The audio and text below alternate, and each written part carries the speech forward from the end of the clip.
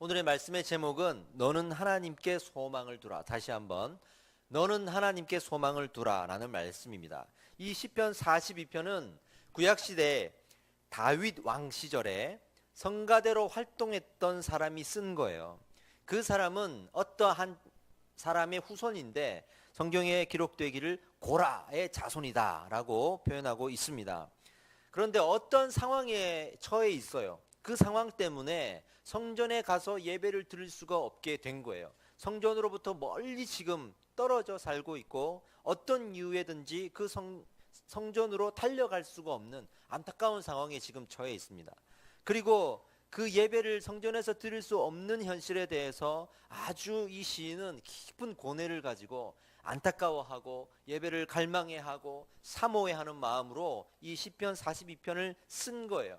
그래서 42편 첫 구절에 보면 1절에서 사슴이 시냇물을 찾듯이 내가 주를 갈망합니다 라고 말하고 있었던 겁니다. 근데 이 상황이 어떤 상황이었느냐면 첫 번째로는 깊고 위중한 병중에 있어서 요양 차원에서 어느 저 먼 곳으로 가 있었을 것이다 라는 견해가 하나가 있고, 두 번째로는 다윗 시절이니까 다윗이 도망 중에, 즉 자기의 아들 압살롬이 반역을 일으켜서 도망 중에 있을 때 그때 함께 도망을 다니면서 이 시를 썼을 것이다 라는 이 두 번째 견해도 있습니다. 제가 볼 때는요 둘 다인 것 같아요. 도망 중에 몸도 아픈 이 시편 42편 곳곳에 육체적인 질병을 출원하게 하고 또 먼 곳에서 지금 지내고 있다는 것들이 곳곳에 이게 증거물들이 지금 표현상 나오고 있기 때문에 두 가지가 모두 이유가 아닌가 이렇게 생각이 듭니다. 그렇다면 시인은 너무 안타깝겠죠. 예배를 드릴 수가 없고 또 몸도 아프고 그런 상황에 있는 거예요. 지금 시인은 성전에서 멀리 떨어져 있습니다. 어디에 떨어져 있냐면 6절 말씀에 아주 구체적으로 나오는데요. 내 하나님이여 내 영혼이 내 속에서 낙심이 되므로 요단 땅과 헤르몬과 미살산에 서 주를 기억하나이다 라고 표현하고 있잖아요. 바로 요단 땅과 헤르몬과 미살산이라는 그 지역 근처에 지금 지내고 있는 거예요. 이 지역이 어디냐면 성전이 있었던 예루살렘, 그곳에서 북쪽으로 아주 멀리 떨어져 있는 곳이에요. 갈릴리 바다 북쪽인데 예루살렘 성전과는 많은 거리가 떨어져 있는 상황입니다. 현대 그리스도인들에게는 예배가 정말 아주 편하고 그리고 잘 세팅되어져 있는 예배이기 때문에 우리가 쉽게 찾아올 수 있고 쉽게 예배를 드릴 수 있잖아요. 그런데 이러다 보니까 현대 문명에 있는 한국 교회는 사실은 이 주일 예배의 성수를 지키는 것에 대한 필요성들을 많이 또 잊어버리고 살아갑니다. 옛날에는요 주일 예배 안 드리면 큰일 나는 줄 알았잖아요. 천둥번개가 쳐가지고 내가 어디 놀러가 있을 때, 내가 잠깐 땡땡이를 치고 있을 때 내 머리를 그냥 천둥번개가 쳐가지고 나는 죽는 줄 알았어요. 왜냐하면 그렇게 배웠거든요. 그러니 저도 중고등부 시절만 해도 정말 하나님을 믿는 마음으로 예배가 좋고 사모되고 그런 마음으로 예배를 간 적은 생각보다 별로 없어요. 우리 학생부에 예쁜 여자가 왔을 때 그때는 한번 설레는 마음으로 갔나, 하나님을 정말 갈망하는 마음으로 예배 간 적이 생각보다 많지는 않아요. 정말 우리는 예배 때 어디 가면 큰일 나는 줄 알았어요. 그리고 실제로 어떤 사람이 놀러 갔는데 어려움을 당했더라라는 소리가 한번 들리면 더 큰일 나는 줄 알았죠. 그런데 주일날 어느 순간부터 놀러 가기 시작했어요. 놀러를 가보니까 어땠냐면 아무 일도 안 벌어지는 거예요. 아무렇지도 않다는 것을 발견하게 된 거예요. 놀라운 인류의 발견입니다. 그리고 그 놀러 다니면서 아무 일도 벌어지지 않으니까 점점 놀러 다니기 시작을 했고, 그리고 최근에는 몇 년 전부터, 약 한 10년 전부터 유행하기 시작한 것이 전원교회가 생기기 시작했어요. 이 전원교회는 어차피 주일날 놀러 갈 사람 놀러 간다라는 걸 인정을 하고 그 여행지에 교회를 세워서 여행 온 사람들을 모아서 예배 드리는 그런 전원교회들이 엄청 유행을 했고, 현대 도시 목회에 지쳐있는 목사님들과 또 은퇴하여서 원로가 되신 목사님들이 기도원 삼아서 다 이 여행지에 가서 교회를 세워가지고 요즘에는 저 땅끝 시골 마을 가도 그런 전원 교회들이 항상 있습니다. 도시에서 내려와 가지고 교회를 운영하시는 분들이 항상 있고 거기서 수련회도 하게 되고 그런 일들이 벌어지는 거죠. 어떤 큰 교회에서도 강원도의 모초에 정말 기가 막힌 교회를 하나 지었습니다. 그리고 거기에서 모여지는 모든 헌금들은 선교지로 다 흘려보내는 그런 의미 있는 일들도 하고 있습니다. 그런데 문제는, 안타까운 것은 그런 전원교회가 다시 요즘에는 좀 회의가 들었는지 다시 없어지고 있어요. 왜냐하면 그 여행지에 와가지고 여행 온 사람들에게 말씀을 전하는 목사님 입장에서는 복음을 제대로 증거할 수가 없다라는 거예요. 여기에 놀러 온 사람들한테 예수 그리스도의 십자가의 피의 복음을 진중하게 전하기가 너무 어렵더라는 거예요. 그냥 놀러 온 사람들인 거예요. 그러니까 교회를 왔는데도 그때만큼은 아주 그냥 재미있고 그리고 유쾌하게 보내고 싶은 사람들이지, 거기까지 와서 회심을 하고 회개를 하고 눈물을 흘리며 하나님 앞에 기도할 마음들은 사실은 없는 거예요. 그러니까 목사님들이 많이 회의를 느끼셨는지 어려움도 호소하고 다시 그 교회를 접는 일들도 요즘 많아지고 있습니다. 근데 저는요, 휴가 시즌이 있잖아요. 여름 겨울에 그때 한 번 정도는 주일날 여행 가는 거 괜찮다고 생각합니다. 왜냐하면 목회자들도 휴가 받으면 주일날 한번 빠져요. 제가 올해는 개척 첫 해를 안 빠졌습니다. 내년부터는 빠지겠습니다. 주일날 껴서 제가 휴가를 가겠습니다. 할렐루야. 여러분들도 한 번 정도는 가세요. 주일날 빠지지 않고 여행을 갈 수가 없겠더라고. 괜찮다고 생각합니다. 그러면서 또 다른 교회 가서 예배도 드려보고 얼마나 좋아요. 근데 문제는 너무 자주 그러지는 마시기 바랍니다. 예? 하나님도 주일을 지키셨어요. 하나님도 이 땅을 창조하시고 제7일째에 안식하셨어요. 하나님은 전혀 안식하실 필요가 없습니다. 그런데 일부러 안식이라는 개념을 만드셔서 안식하셨어요. 그리고 우리에게도 안식하라고 하셨습니다. 예수님이 죽음 가운데 3일 동안 계시다가 부활하실 때 언제 부활하셨죠? 금요일 돌아가시고 주일날 부활하셨어요. 그래서 이 기독교 개신교는 그 부활하신 날을 주일로 삼아서, 안식일로 삼아서 우리는 예배하고 있는 겁니다. 그 부활이 없었다면 기독교가 존재하지 않을 것이고, 부활이 없었다면 예수님이 하나님이심에 대한 정확한 근거가 없어지고, 부활이 없었다면 나의 구원에 대한 우리의 확증이 없어지는 거예요. 그러니 얼마나 기쁜 날입니까?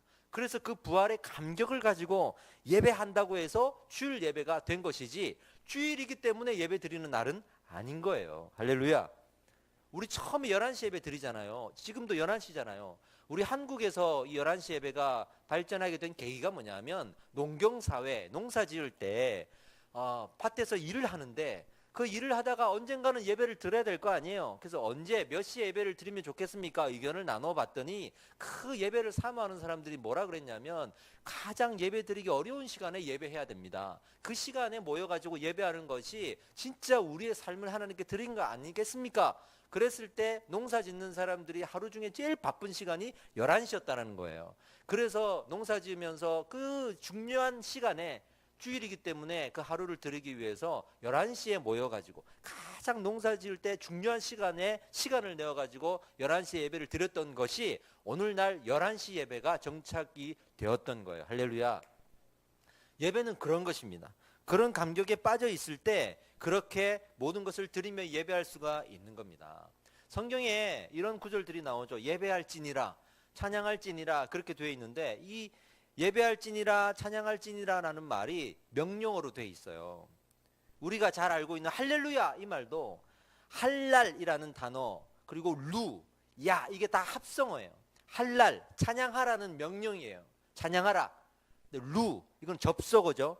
그리고 야, 이건 하나님이에요. 그러니까 하나님을 찬양하라, 이 뜻이에요. 할렐루야, 하나님을 찬양하라, 이렇게 되는 거예요. 그러니 찬양하라, 이것도 명령인 거예요.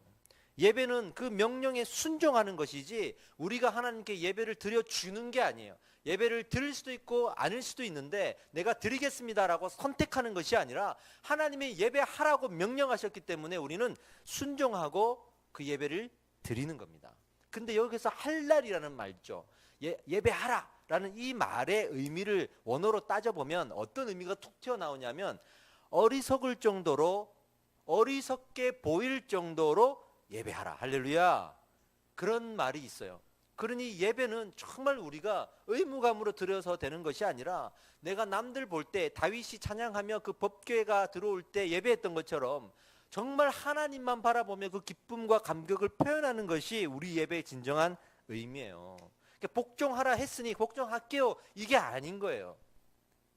그리고 또 성경을 보면 뭐라고 되어 있죠? 신령과 진정으로 예배할지니라 이렇게 되어 있잖아요. 여기서 신령과 진정이 뭐예요? 신령은 영으로 예배하는 거예요. 성령이 임하시는 예배인 거예요. 하나님의 임재가 있어야만 이 예배는 하나님 앞에 올려드릴 수 있는 겁니다. 그러니 우리는 예배할 때 하나님의 임재를 구해야 될 줄 믿습니다. 성령의 불이 있어야 될 줄 믿습니다. 이건 우리의 의지가 아니라 우리의 공로가 아니라 하나님의 일방적인 임재예요. 그 임재를 붙들고 구해야 될 줄 믿습니다. 또 한편으로는 진정으로 예배 드려라 했잖아요. 그 진정이 뭐예요? 그러면서 우리의 진심도 있어야 되는 거예요. 우리가 정말로 자원하는 마음으로 이 목마른 사슴이 시냇물을 찾듯이 하나님의 예배와 말씀을 갈급해하는 마음으로 이 자리에 앉아 있는 것도 함께 있어야 되는 거예요. 성령의 임재와 우리의 진심이 하나가 되어서 예배가 드려질 때 그 예배가 바로 순종의 예배다, 이렇게 성경은 말하고 있습니다. 그런데 오늘 이 시인은 그렇게 깊은 예배를 드렸던 사람인 거예요. 그렇게 깊은 예배를 드리다가 예배를 드리지 못하니까 이 예배가 너무나 갈급해진 거예요.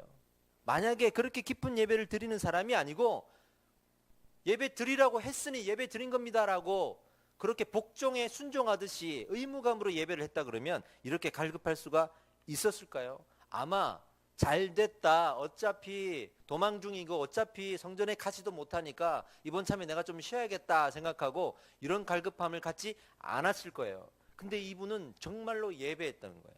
그러니 그 한순간의 예배가 정말로 이 도망 중에 드릴 수 없다라는 것 자체에 너무 가슴이 아프고 갈망했던 겁니다. 그런데 오늘 이 말씀을 나눌 때 이제 좀 특별한 내용을 나누려고 하는데, 이 시인의 이 깊은 고뇌에는 어떠한 특별한 사연이 있습니다. 깊은 사연이 있습니다. 어떤 사연이냐면 이 시인이 오늘 뭐라고 소개했죠? 고라 자손이라고 했잖아요. 고라라는 사람의 후손이었는데 그 고라라는 사람의 시대에 어떠한 어둡고 상처된 일들이 있었어요. 그런 상태에서 이 후손이 예배했던 겁니다. 고라 시대에 어떤 상태였냐면, 고라는요 그 이스라엘 백성들이 애굽에서 탈출해 가지고 광야에서 사망에서 생활할 때 그때 모세와 같이 있었던 사람 중에 한 사람이었어요. 그 사람 이름이 고라입니다.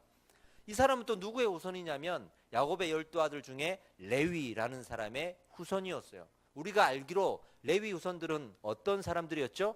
제사장 지파라 그래서 제사장으로서 모두 섬겨야 하고, 그 사람들은 성막에서 예배할 때 그 예배를 다 준비하고 섬기는 사람들, 수종 드는 사람들이었잖아요. 그래서 이 사람들은, 고라의 가족들은 그 성막에서 성막의 일을 섬기는 사람들이었습니다. 민수기 16장에서 어떤 일이 벌어지는데 이 사람들이 성막을 섬기다가 교만해진 거예요. 나쁜 마음이 든 거예요. 그래서 반역을 하기 시작하는데, 어떻게 반역했냐면 혼자 반역한 게 아니라 고라와 함께 반역에 동참한 사람들, 다단과 아비람이라는 두 오른팔 왼팔을 딱 두고 그 뒤에는 이스라엘에서 소그룹으로 이렇게 묶어가지고 다 지도자들 많이 세웠는데 그 지도자 160명, 아니 250명이죠. 250명과 함께 반역을 했어요. 모세와 아론에게. 그러니까 어마어마한 규모의 사단을 이끌고 지금 반역을 한 사건이 민수기 16장에 나오는 거예요. 그들이 그 반역을 했던 이유는 두 가지가 있습니다. 하나는 사실은 성막에 봉사하는 것에 만족하지 않고 자기들도 제사장이 되고 싶어 했던 거예요. 그 아론과 모세의 제사장의 직분을 보면서 저렇게 모든 권력을 가지고 있는 것 같고, 하나님도 그들의 말만 듣는 것 같고, 그들만 하나님을 만나는 것 같고, 이런 모든 일들이 부러웠던 거예요. 그 권력도 부러웠던 거예요. 그래서 본인들도 제사장이 되고 싶어 했다. 그러니 이 고라가 말했습니다. 여러분, 내가 제사장이 되도록 도와주십시오. 내가 제사장이 되면 여러분들 저 모세와 아론보다 더 고생하지 않고 이 광야 생활을 할 수 있도록 하겠습니다라고 공언을 했겠죠. 그러니 사람들이 따랐겠죠. 두 번째 이유가 있습니다. 그 제사장이 되고 나머지 따랐던 사람들은 왜 따랐을까요? 그 사람들은 두 번째 이유가 있는 거예요. 무슨 이유냐? 그 광야 노중에 그 그 땅들이 다 누굴 겁니까? 자기들이 앉아 있으면 자기 땅이죠. 그리고 거기 정착하면 자기 땅이 되는 거 아니겠습니까? 땅이 있고 포도원이 있는 겁니다. 그 땅과 포도원을 왜 나눠주지 않느냐는 거예요. 근데 모세와 아론이 왜 나눠주지 않았겠습니까? 이곳이 우리가 정착해야 될 땅이 아니기 때문입니다. 아직 지파별로 땅을 나누어 줘야 될 곳이 아니기 때문입니다. 우리는 가나안 땅으로 갈 것이고 가나안 땅에 들어가서 나눠줄 것인데 지금 광야 노중에 있는 이 땅을 어떻게 나눠주냔 말이에요. 근데 이 사람들은 그거를 가지고 싶었던 거예요. 그러니 고라는 내가 제사장이 되면 당신들에게는 이 포도원과 땅들을 나눠주겠습니다. 그러니 우리 함께 반역을 일으킵시다 라고 말하면서 이 모든 사람들이 일어나 반역을 한 겁니다. 여러분, 전쟁을 할 때 장수가 적군을 향해서 칼을 꺼낼 때는 이유가 있어야 되는데 그 적군이 확실히 적군이어야 돼요. 그 적군이 아군이면 안 되잖아요. 아군인 줄 알고 적군인 줄 알고 칼을 뺐는데 그 아군이 적군의 침투해 있는 첩자 역할을 하고 있다든지 매복해 있는 사람이라 하든지 그러면 안 되잖아요. 정확하게 확실하게 적군이었을 때 칼을 뺄 수 있는 겁니다. 이게 진리가 아닙니다 라고 칼을 뺄 때도 정말 진리가 아니어야지, 정말 진리인데 진리가 아니라고 말하면 큰일 나는 거예요. 이거 이해되시죠? 네. 만약 내가 틀리면 이런 문제에 대해서 칼을 뺀 만큼 책임을 져야 돼요. 내가 하나님의 진노를 받을 거라는 냉정한 판단을 하고 칼을 빼야 돼요. 그래서 우리가 어떻게 되냐면 그 칼을 정확하게 빼기 위해서 적군을 알아볼 수 있어야 됩니다. 이것이 말씀으로 분별한다는 거예요. 그래서 우리가 말씀을 알아야 되고 말씀으로 하나님의 뜻을 분별할 수가 있어야 된다는 겁니다. 할렐루야. 네? 우리가 말씀을 생명 다해 붙들어야 되는 이유가 바로 거기에 있습니다. 우리가 말씀 앞에 서지 않으면 진리를 분별하지 못할 것이고 그래서 칼을 빼야 될 때 못 뺄 겁니다. 그러나 진리를 착각해서 또 칼을 잘못 뺄 수도 있는 겁니다. 성경에 특히 이 구약 시절에는 칼을 잘못 뺀 사람들과 몰라서 칼을 안 뺀 사람들이 아주 골고루 등장하는데 이제 계속 이야기가 나올 겁니다. 그런데 이들은 칼을 잘못 뺀 거예요. 하나님의 뜻을 알고 뺀 것이 아니라 자기의 뜻과 자기의 욕심을 채우기 위해서 칼을 뺐던 거예요. 레위의 후손으로 자기들의 조상이었던 레위는 똑같이 칼을 잘못 뺀 적이 또한 있었습니다. 레위 시절에는 어떤 잘못을 했습니까? 그 야곱의 12아들 중에 이 딸이 하나가 있었습니다. 바로 디나라는 딸인데 레아가 낳았던 딸이죠. 이 디나라는 딸이 저기 세겜이라는 족속의 마을에 가서 그 추장 아들한테 강간을 당합니다.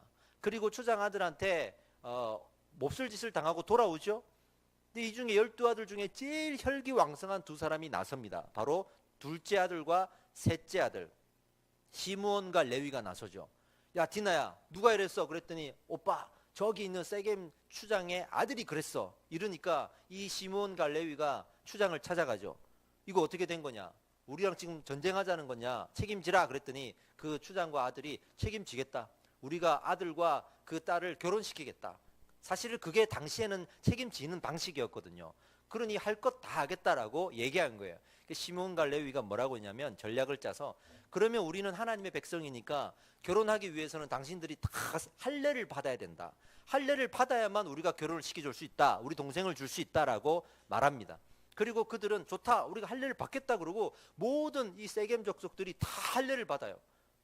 근데 우리 어른들은 알겠지만 할례라는 것은 지금 말하면 마치 그 포경 수술 같은 건데 그 당시에는 의술이 발달되지 않았기 때문에 이 돌을 날카롭게 갈아가지고 수술을 했단 말이에요. 그러니 얼마나 아프겠습니까? 제일 아플 때가 3일째예요. 3일째 되던 날 그들이 술을 먹고 왜 아픔을 잊어야 되니까 다 뻗어 있었겠죠. 그때 밤중에 칼을 들고 이 두 사람이 가가지고 모든 세겜 족속을 다 죽여버립니다. 몰살시켜버립니다. 근데 이것이 잘못한 거였어요. 하나님이 원하지 않는 것이었는데 이들은 칼을 뺀 거예요. 왜? 우리 동생을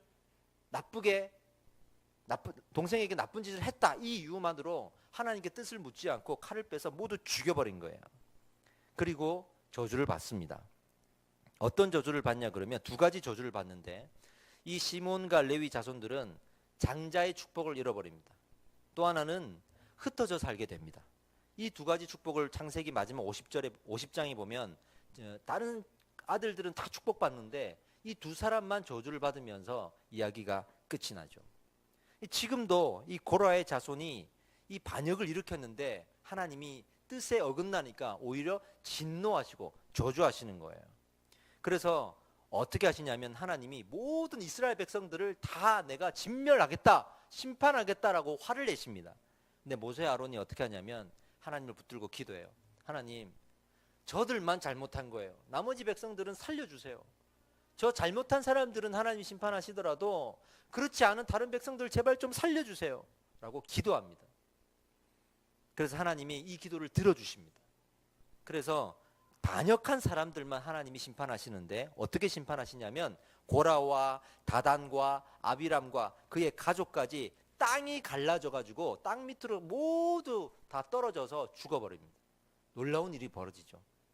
또 250명의 지도자들은 어떻게 죽냐면 그들이 가지고 있던 분향단이라고 해서 그 향단에 불과 향을 피우는 게 있어요.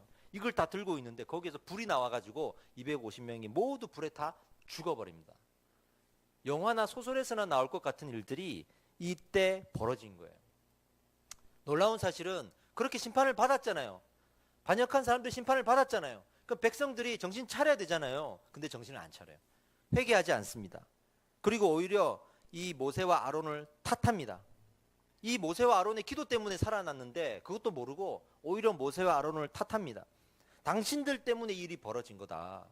당신들이 그 제사장 직분을 좀 내어주고 포도원도 좀 주고 했으면 이런 일이 없었을 텐데 그게 뭐 그렇게 중요한 거라고 당신만 제사장 한다고 말이지 땅도 안 주고 제사장 직분도 안 주고 뭐 하는 거냐 이렇게 탓을 한 거예요.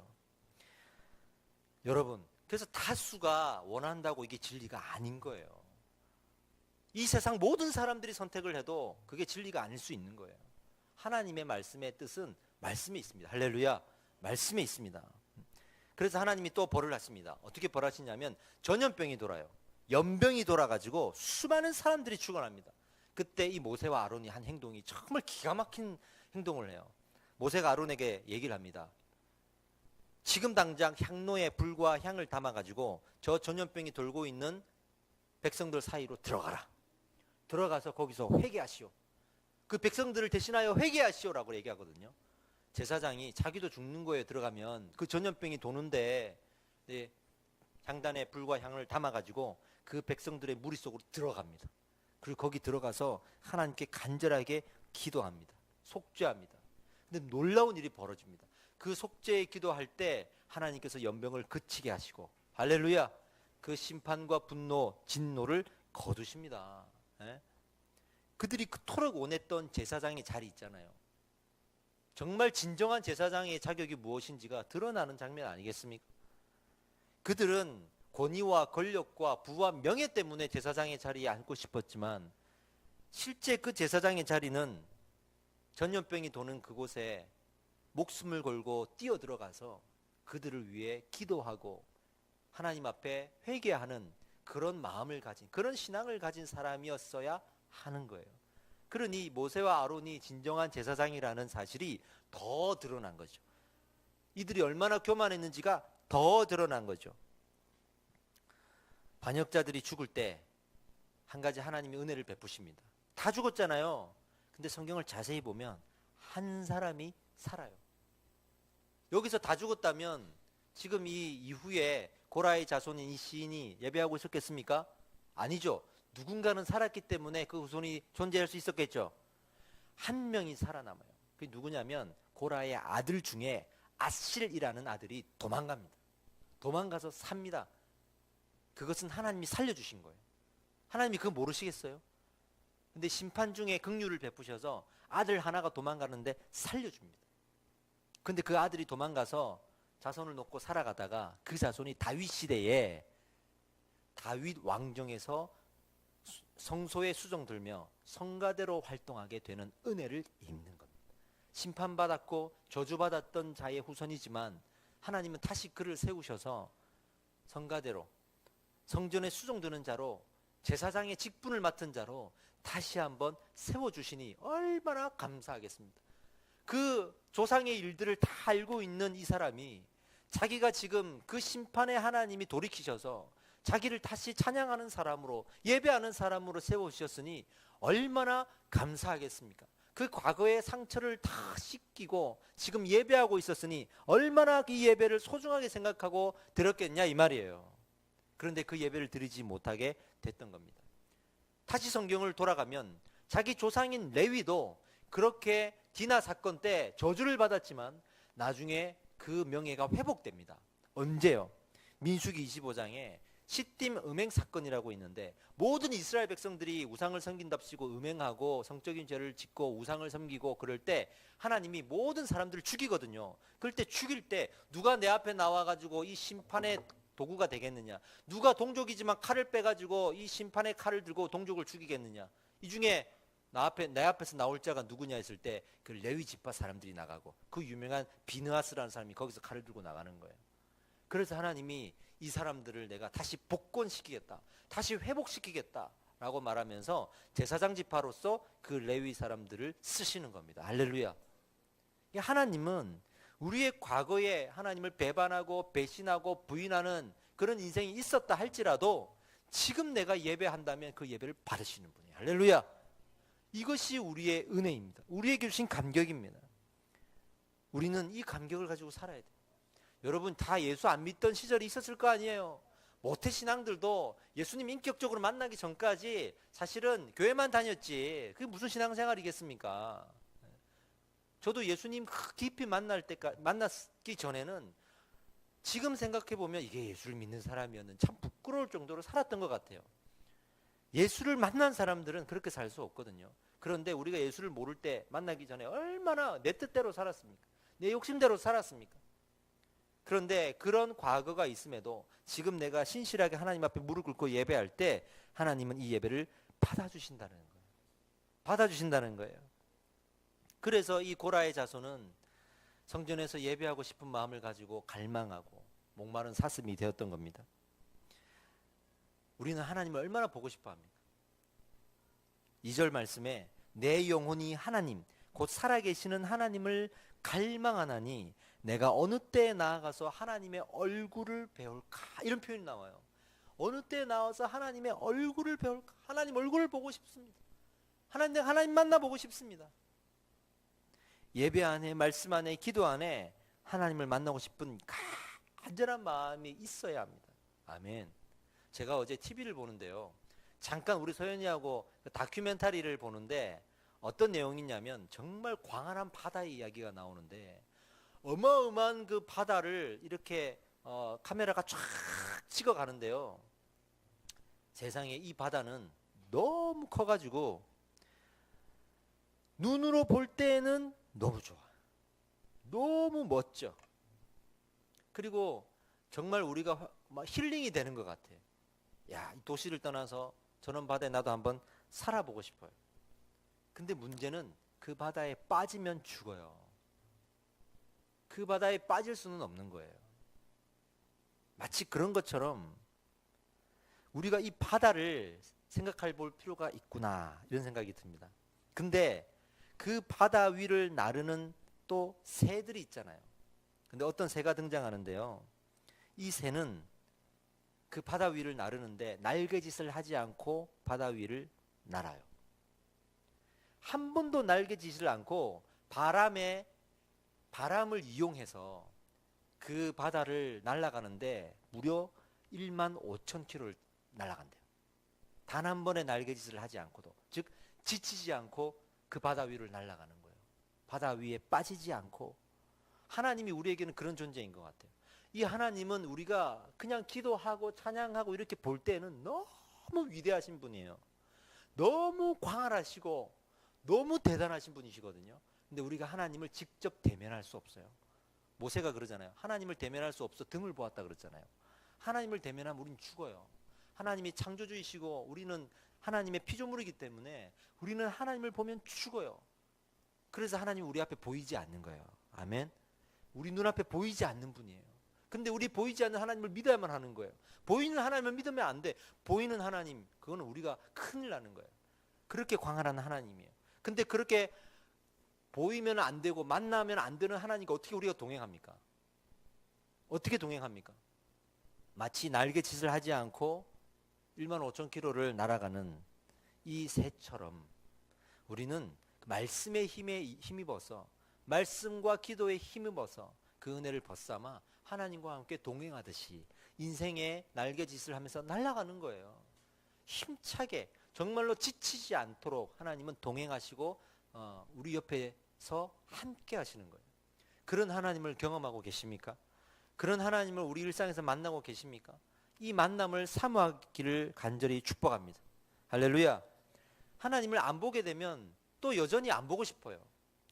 저도 이 중학교 시절에 어머니하고 헤어져 살았잖아요. 어머니랑 헤어져 보니까 처음에 한 달, 두 달, 세 달 보고 싶어요. 근데 1년이 지나고 2년이 지나면 어머니가 미워요. 안 보고 싶어요. 그래서 나중에는 어머니를 만나고 싶지 않아요. 하나님도 처음에 이렇게 시인처럼 시냇물이 그 목마른 사슴이 되어서 시냇물을 찾듯이 그렇게 찾다가 계속 안 만나지고 예배를 안 드리면 식어버려요. 그러니 우리가 이 갈급함도 한계가 있는 거예요. 그러면 이 갈급함을 가지고 또 우리는 어떻게 예배해야 되느냐? 오늘 결론의 말씀에 이렇게 나옵니다. 오늘 말씀의 제목처럼 따라합시다. 하나님께 소망을 두라. 다시 한번 하나님께 소망을 두라. 오늘 본문 말씀에 내 영혼아 내가 어찌하여 낙심하며 어찌하여 내 속에서 불안해하는가? 너는 하나님께 소망을 두라. 그가 나타나 도우심으로 말미암아 내가 여전히 찬송하리로다. 어떻게? 여전히 찬송하리로다. 시인은 발견한 거예요. 알아낸 거예요. 내가 이 갈급함을 가지고 진작 지금 예배는 드리지 못하지만 이 갈급함을 식지 않게 하는 어떤 방법을 알아낸 거예요. 그게 뭐냐면 내 소망을 하나님께 두는 겁니다. 내 소망을 세상에 두고 이 세상이 나의 소망을 이루어줄 것으로 생각하고 살아가면 하나님에 대한 이 마음이 식어버려요. 그런데 하나님께 두고 하나님이 아니면 안 된다라는 마음을 가지고 하나님 붙들고 살아가면 이 갈급함이 식지 않는다는 겁니다. 근데 놀라운 사실이 또 발견돼요. 이 시인이 지금 노래할 때 다윗이 도망하는 시절이라 그랬잖아요. 이 시인이 노래할 때 다윗도 예배하지 못하고 있었겠죠. 다윗도 성전을 갈망하고 있었겠죠. 그 동시간에 고백했던 다윗의 고백도 시편에 나옵니다. 시편 63편 1절에 하나님이여 주는 나의 하나님이시라. 내가 간절히 주를 찾되 물이 없어 마르고 황폐한 땅에서 내 영혼이 주를 갈망하며 내 육체가 주를 앙모하나이다. 아멘. 아멘. 우리는 그냥 목사님이 저렇게 예배를 드리시고 말이지, 어떤 유명한 사람이 하나님을 찾고 있고 저 기도 많이 하는 사람이 기도하고 있고 그러면 나는 거기에 살짝 묻어서 가고 싶잖아요. 근데 이 고라의 자손을 보십시오. 다윗은 다윗대로 왕으로서 하나님 앞에 갈급해하고 하나님을 찾고 시를 쓰고 기도하고 있을 때 저 구석 한켠에서 성가대에 있는 사람이 뭐라고, 성전에서 그 수종 드는 사람이 뭐라고, 저 끝에 보이지 않는 곳에서 정말 이 시를 써내려가고 있는 거예요. 할렐루야. 근데 하나님 보십시오. 이 다윗의 고백만 받으셨습니까? 아니요. 똑같이 이 시편에 기록되어 있듯이 저 구석에서 하나님을 갈망하고 노래하며 시를 썼던 이 고라의 자손, 정말 과거에 하나님을 반역해도 그렇게 반역할 수가 없듯이 그렇게 상처와 아픔의 과거를 가지고 하나님을 부인하고 반역했던 그 조상의 후손이 한 사람이 저 끝에서 써내려가는 그 시에 하나님 어떻게 하셨습니까? 동일하게 받으시는 겁니다. 동일하게 이 고백을 받으시는 겁니다. 여러분, 우리의 고백을 하나님이 받으실 줄 믿습니다. 정말 우리가 어디에 있든지 우리의 과거가 무엇이든지 하나님은 묻지 않으시고 지금 신령과 진정으로 예배를 드리고 있다면 정말 하나님은 땅끝에 있는 우리의 이 신음 같은 소리도 비명 같은 음성도 들으시고 하나님은 기뻐 받아주셔서 예배를 받으신다는 말이에요. 그러니 우리는 예배하지 않을 수가 없습니다. 온 세상 날 버려도 주 예수 안 버려 끝까지 나를 돌아보시니. 그 다음 어떻게 되죠? 주는 저 산 밑에 백합 빛나는 새벽별 이 땅 위에 비길 것이 없도다. 아멘. 우리 함께 기도하겠습니다. 이 세상이 우리를 다 버려도 우리 하나님 버리지 않습니다. 여러분, 하나님은 우리 은혜가 회복되기를 원하십니다. 오늘 이 고라의 자손의 고백을 가슴에 새기고 우리도 함께 고백합시다.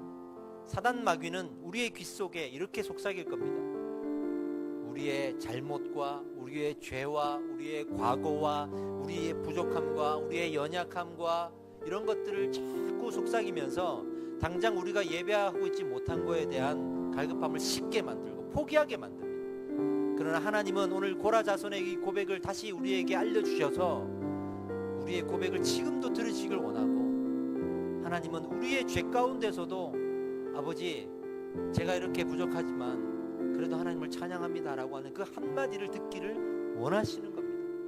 하나님 지금 여러분들에게 그 한마디의 고백을 들으시면 되는 겁니다. 왜냐고요? 하나님은 그 바다와 같이 광활하신 분이시라 우리의 모든 죄를 바다에 빠뜨리시고 그 바다의 크신 은혜를 우리에게 알려주시고 그것으로 우리를 회복시켜 주시기 때문입니다. 이 시간 우리 기도할 때 우리의 마음이 어떤 지치고 상해 있고 또 상처가 있고 소외되어 있고 외롭거나 고독하거나 이런 모든 어떤 마음들 상황들이 있다면 그것도 하나님 앞에 다 내려놓으십시오. 하나님의 그 크신 바다 앞에 다 빠뜨려 버리시고 바람을 탈고 그 바다를 날아가는 이 새처럼 하나님과 함께 동행하시는 그 기쁨을 누리시기를 기도합니다.